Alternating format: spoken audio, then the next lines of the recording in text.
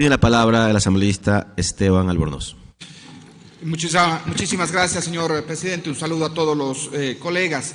Quiero iniciar esta intervención primero agradeciendo a todos y cada uno de los miembros de la Comisión de Desarrollo Económico Productivo, aquellos miembros que formaron parte antes de mayo del año 2019 como los actuales miembros, por la disposición que tuvieron para tratar con altísima prioridad este proyecto reformatorio a la Ley de Fomento Ambiental.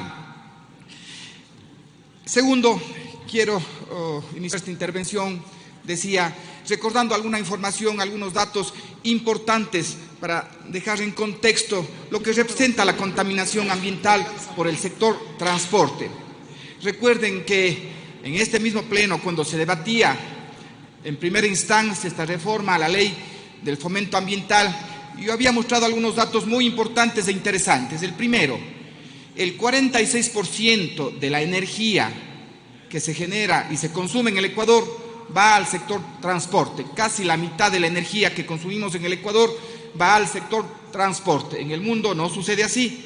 En el mundo el 28% de la energía que se genera va al sector transporte. Primera cosa importante que sí quiero que quede muy claro es de que en el Ecuador algo estamos haciendo mal en el sector transporte. Casi la mitad de la energía va al sector del transporte. Y de hecho que eso tiene que ver directamente con el tema de la contaminación.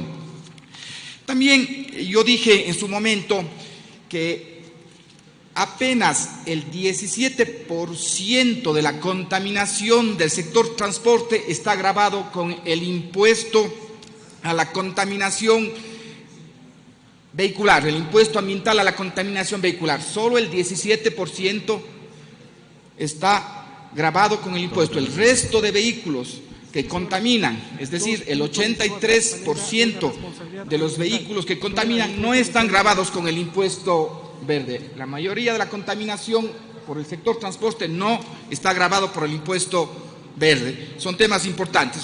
Recordemos que inclusive mostrábamos datos de cuánto en teoría se consume per cápita al año en gasolina y en diésel. Veíamos que en el Ecuador se consume 3 veces más que en el Perú los galones por persona y 2 veces con relación a Colombia. También dábamos datos con relación al tema del diésel. En el Ecuador se consume 1.25 veces más diésel per cápita que en el Perú y 1.65 veces más que en Colombia. Son datos importantes, son datos que nos debe llamar a la reflexión con el fin de ir al origen de la contaminación ambiental por el sector del transporte. Pero también quiero recordar aquí en la Asamblea Nacional que en este periodo hemos trabajado muchísimo para disminuir la contaminación ambiental. En este periodo, recordemos que hace algunos meses aprobamos la Ley de Eficiencia Energética, la Ley Orgánica de Eficiencia Energética, que tiene un capítulo importante con relación al sector del transporte, justamente porque habíamos identificado que el transporte es el que consume mayor energía y es el que contamina más en el Ecuador. Rápidamente, algunos datos. El primero, trabajar por la sostenibilidad para un transporte sostenible. Primero, los carros eléctricos, los vehículos eléctricos tienen ya IVA cero, arancel cero, ICE cero. Es un tema importante. Y habíamos puesto un tema que es histórico también y habíamos aprobado aquí en el Pleno de la Asamblea Nacional una meta que es real. Aprobamos de la Ley de Eficiencia Energética que a partir del año 2025 todo nuevo vehículo público, me refiero a buses y taxis, tiene que ser eléctrico. Así se trabaja, ¿no es cierto?, en forma decidida para eliminar la contaminación. Recordemos que también en esa misma ley, la Ley de Eficiencia Energética, se habló sobre la mejora que tiene el Estado ecuatoriano con relación a la calidad de los combustibles para dejar de contaminar. Hemos trabajado por el tema ambiental para disminuir la contaminación en este periodo. Creo que vale la pena también algunos datos importantes, ya el asambleísta ponente, el asambleísta Homero Castañón lo dijo, pero para poder relacionar estos datos que al inicio de mi intervención los dije, hay una lámina en la que vemos en línea naranja el valor recaudado por el impuesto verde, pero también tenemos el número de vehículos que que tenemos en el país. Es así que vemos que si revisamos la línea color naranja, vemos que el impuesto verde en sus primeros años creció, pero paulatinamente iba disminuyendo en recaudación. Si bien los vehículos iban incrementándose, pero la recaudación del impuesto verde iba decayendo. ¿Qué quiere decir esto? Que los ecuatorianos no podían pagar el valor del impuesto verde, generándose pues valores impagos, una altísima cartera vencida, y tampoco se pagaba el valor de la matrícula, no se pagaba el tema de la ANT, tampoco el valor relacionado con el seguro. Es clarísimo. Claro, en el 2018 sí hay un repunte en la recaudación, pero eso se dio debido a la remisión que fue aprobada en el año 2018. Por eso se incrementó, pero siempre, en vez de ir aumentando la recaudación, porque aumentaban el número de vehículos, más bien iba disminuyendo. Es claro que los ecuatorianos no podían pagar.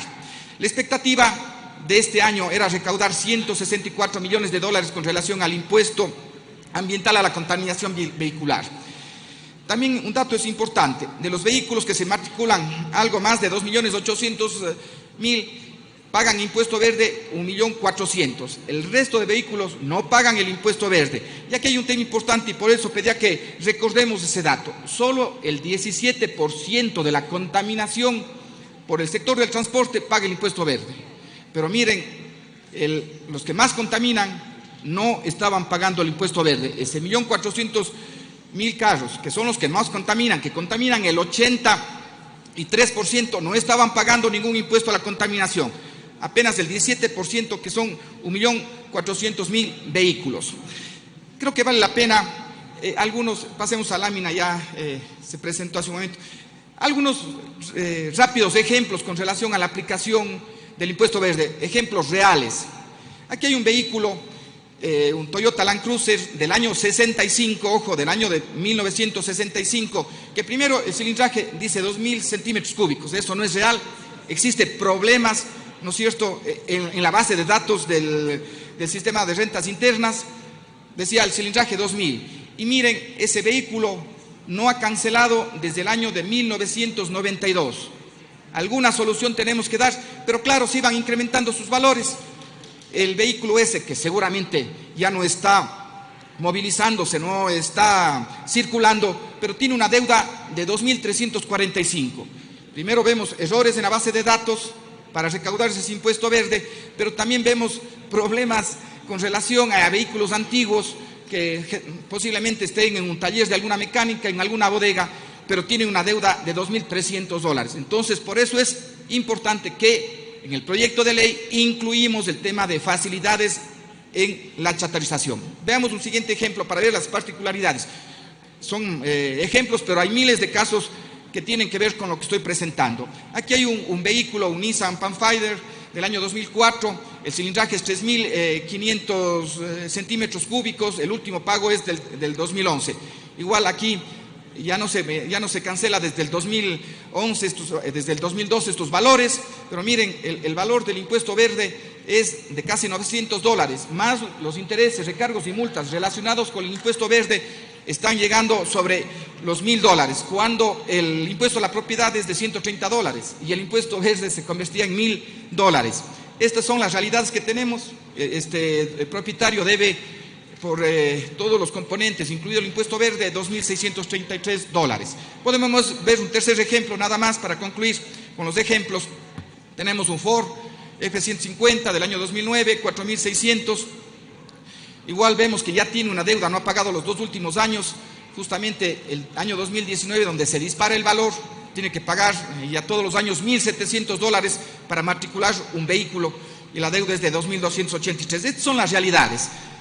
Resumiendo, ¿no es cierto?, los problemas que ha tenido la gestión del impuesto ambiental a la contaminación vehicular, podemos decir, el impuesto ambiental en muchos de los casos es más alto que el impuesto a la propiedad de vehículos motorizados, en la mayoría de los casos, con antigüedades mayores a 5 años.